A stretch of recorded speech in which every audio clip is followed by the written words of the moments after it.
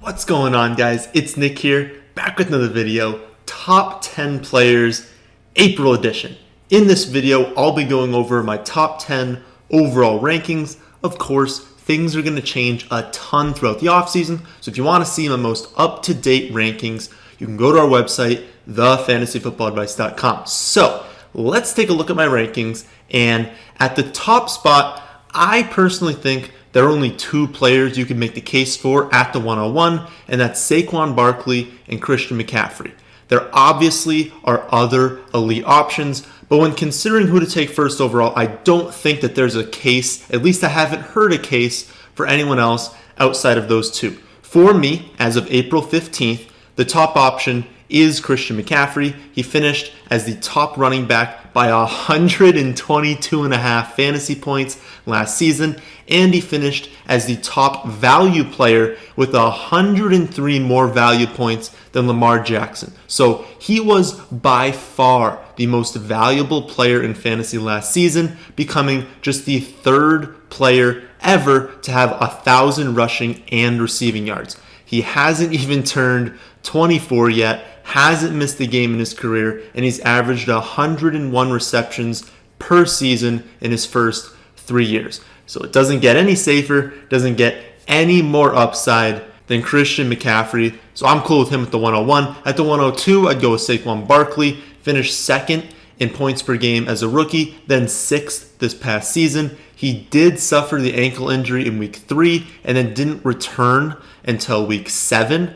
We all know the sort of upside he brings to the table as well. He closed the season with touch counts of 28, 26, and 20, scoring 28, 42, and 19 fantasy points in those games. He'll be 23 for the entire season, and we have to assume that Daniel Jones is going to take a step forward in his sophomore season. Because remember how important scoring is in fantasy. The more points an offense scores, the better it is for skill position players and especially for running backs. And if you look at last season, the Giants only scored 21 points per game, including 21.75 in Barkley's healthy games, which was inflated by weeks 15 and 16, where they scored 36 and 41. So for most of the games he was playing in, they were not scoring very many points, and that's pretty difficult to post elite numbers as a running back if that's the case. If they can get closer to 23, 24 points per game,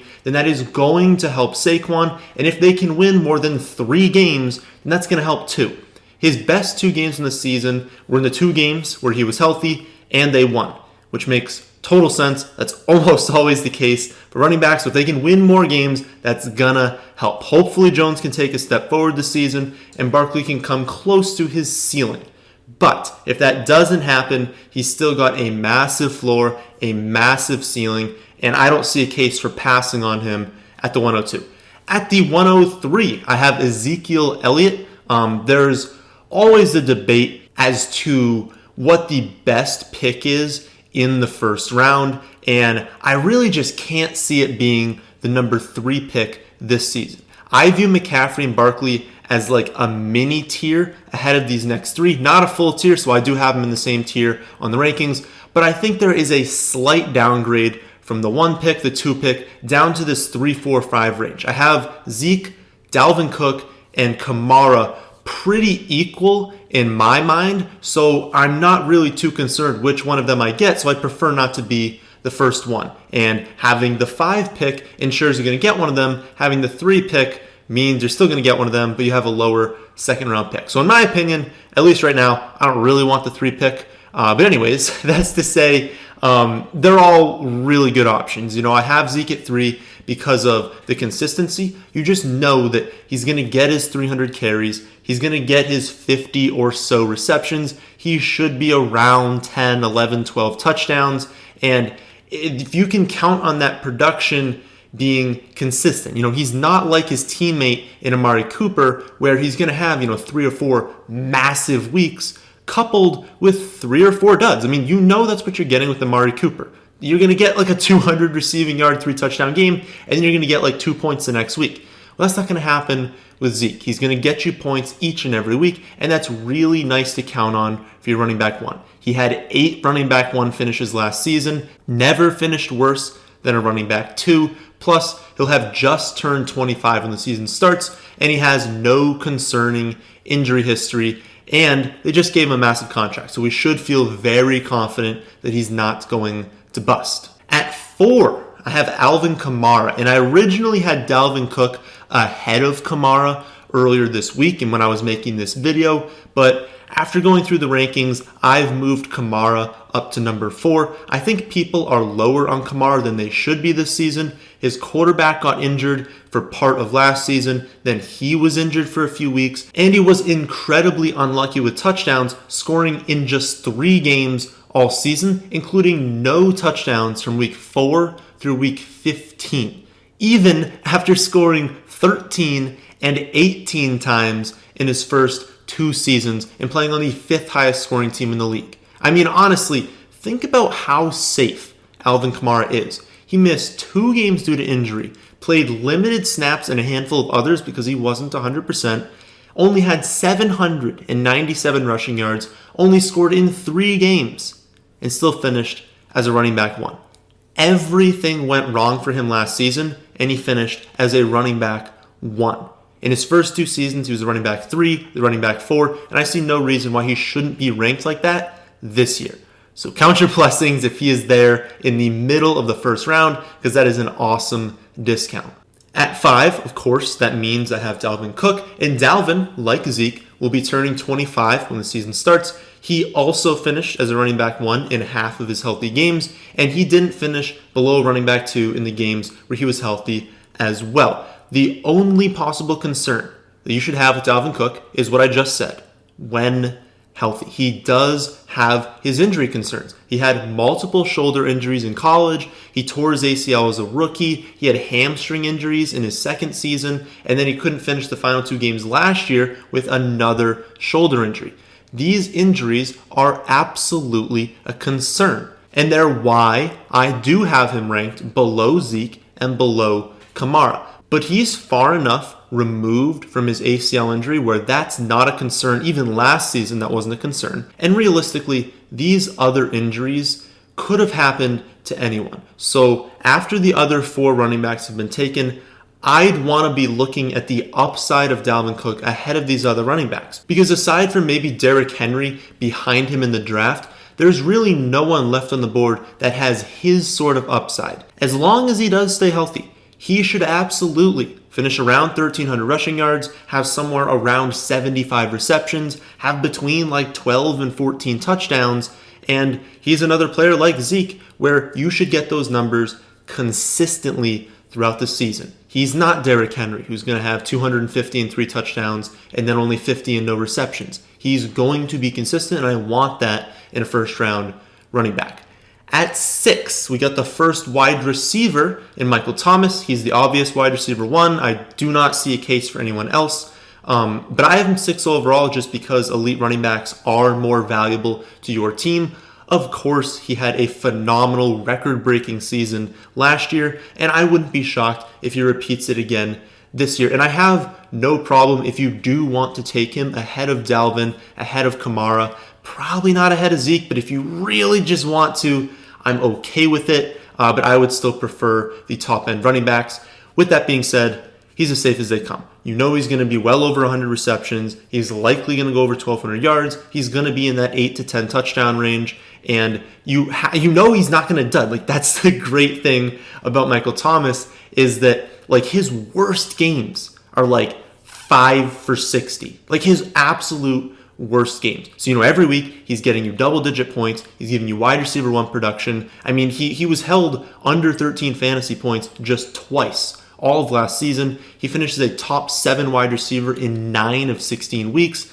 Kid's a stud, and I honestly have absolutely nothing bad to say about him. Derrick Henry comes in at 7, and with Henry, you got to know what you're getting. You're getting probably the highest weekly ceiling of any player, but a pretty low floor for a running back 1, especially a first-round running back. He finishes a top 8 running back 9 times last season, which is great, including 4 games with at least 28 fantasy points. Those are 4 games you probably won your matchup in, but his other 6 healthy games, he finishes the running back 24, 23, 20, 46, 35, and 32. And he was the only top 15 running back with fewer than 25 receptions, finishing with just 18. So it's a little more than 1 reception per game. It's worth noting that Dion Lewis is gone, so maybe they'll increase his third down usage, but we'll just have to see if they do address that position in the draft, at least with an early pick. If they take someone in like the 6th or 7th round, don't worry about it. He's probably going to have third down usage, but if they take someone in, say, the 3rd, keep an eye on that. There is one negative with Derrick Henry, aside from the up and down production, is that the Titans did lose Jack Conklin to the Browns in free agency. He's a great offensive lineman, so that's definitely going to hurt. But again, you know what you're getting with Derrick Henry. Massive ceiling, but a pretty low floor. At number 8, we got Davante Adams. Adams should probably be the consensus wide receiver 2 this season, at least as of right now. I have heard from a lot of people that the Packers are considering taking a wide receiver pretty early in the draft, especially given how good this draft class is for wide receivers. It's going to depend on who they take, at least for the change in target share. So do they go after one of these top 7 wide receivers? And if they do, who do they take? Do they take a Mims? If that happens, maybe we consider Adams at the 3 or the 4.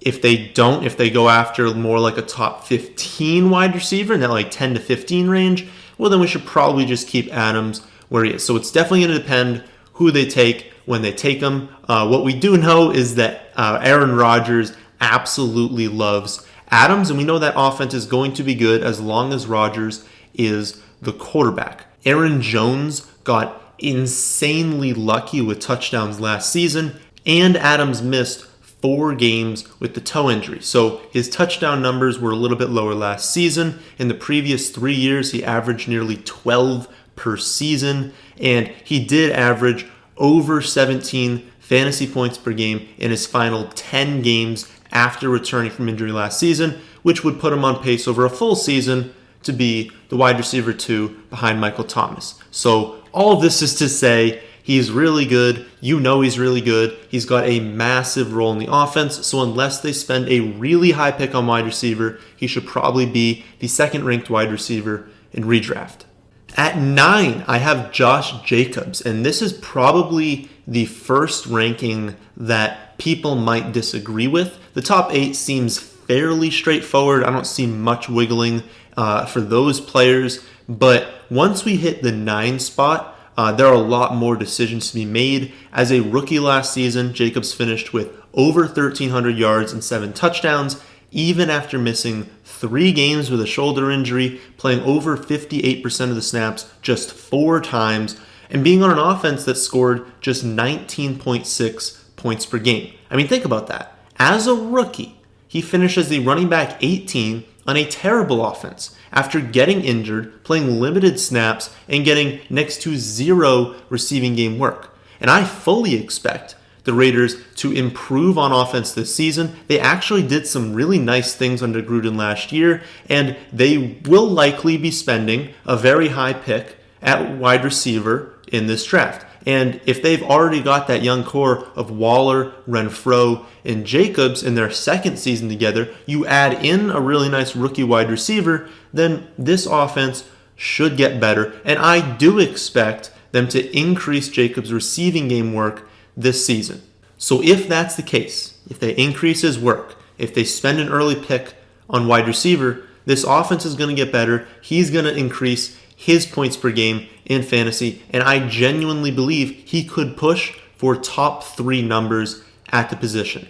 At 10, we've got Joe Mixon, and his ranking will depend on what comes of this holdout news. There are reports that he's preparing to hold out if he does not get a new contract, which, is going to give a lot of fantasy owners some terrible flashbacks. I mean, we've seen what can happen if you draft a running back that says, hey, I might hold out. We could get a Le'Veon Bell situation where he just doesn't play the season. We could get a Melvin Gordon situation where he comes back like halfway through the year. So that's definitely a concern. Again, it's April 15th as I'm recording this. So let's be honest, we're going to hear just a ton of news about the situation. I'm just going to act right now as if he's not going to hold out. But if he does, we'll of course need to update our takes. If you are concerned and you're just like, I'm not drafting a player anymore that is threatening to hold out, I have Hopkins and Drake at 11 and 12. But assuming he does not hold out, then Mixon is in a fantastic spot this season. We all know the talent is there. He averaged 17 fantasy points per game over the second half of last season, even on the third lowest scoring offense in football. The most likely outcome in next week's draft is that the Bengals take Joe Burrow first overall, and that the offense sees a big boost in scoring opportunities with Green back healthy, which on a side note is absolutely a positive thing. Don't let anyone tell you that getting AJ Green back on the offense is a bad thing for Mixon. It's not. They'll sustain longer drives, they'll score more points, they'll win more games, and all of those are a huge boost for a running back. So we've got an elite running back with great pass catching abilities, no competition behind him, on an ascending offense, and is reaching his age apex at the position. So as long as everything goes like it should, then he's an excellent pick. But let's be honest, nothing ever seems to go like it should these days. So if things change, I'll be sure to let you guys know. So that is the end of this video. I hope you all did enjoy. If you did, then how about hitting that like button? How about subscribing to the channel if you're new? But thanks for watching.